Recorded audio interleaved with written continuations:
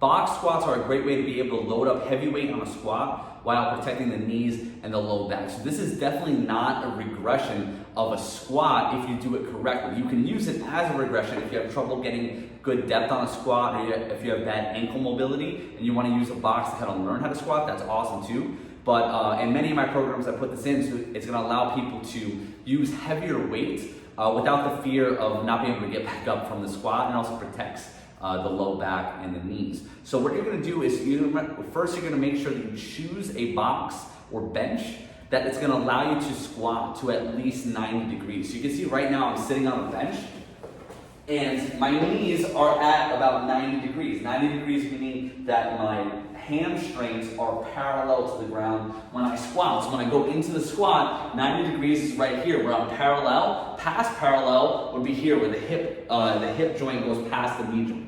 So you want to be able to squat to at least 90 degrees on a box squat. Obviously, for some people, like powerlifters and stuff, they may use a higher box to really work on the lockout portion. But for everyday people going into the gym, you want to go to at least 90 degrees when you're doing a box squat, regardless if you're a beginner or advanced. So I'm going to demo with a barbell, but all the same cues apply as far as what your hips and legs are doing if you're using a goblet squat as well. So first things first, we'll load the bar onto our back.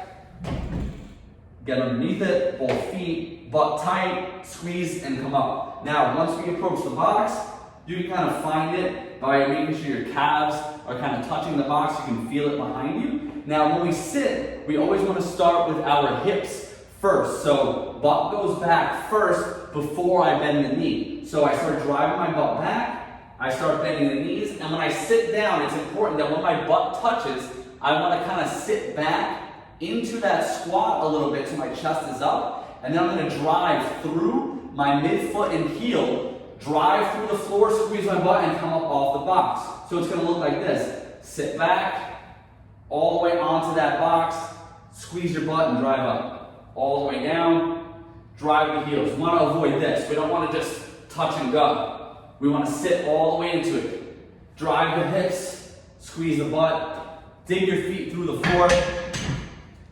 If you're doing a goblet squat, obviously the weight is going to be loaded here. You still want to make sure when we sit that chest comes up. You kind of rock back into that seated position. Allow yourself to transfer the weight into the back of your foot a little bit more, and then drive. It's a great way, like I said, to take the pressure off of the lower back and the knees and allow you to use some heavier weight when you're doing a squat.